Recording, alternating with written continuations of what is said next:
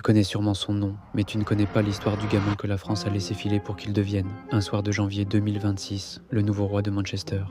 Hier, le 17 janvier, le Théâtre des Rêves a retrouvé son âme.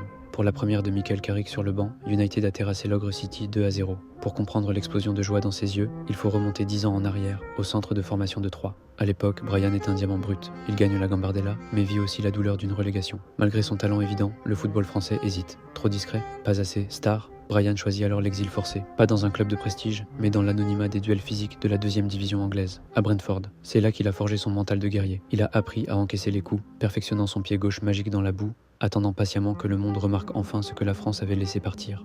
Son transfert à United cet été était l'aboutissement d'un rêve d'enfant. Hier, ce n'était plus un pari, c'était une évidence. Habité par une mission, il a puni Guardiola d'une frappe clinique à la 65e minute. Son but est un séisme. City se retrouve désormais à 6 points d'Arsenal pour le titre, tandis que United revient à 8 points de son voisin bleu. Mbeumo nous rappelle que la réussite est une revanche silencieuse. Hier, il était un espoir ignoré. Aujourd'hui, il est l'icône qui a fait pleurer Manchester City. Selon toi, Brian Mbeumo est-il aujourd'hui le meilleur ailier de Premier League devant Salah ?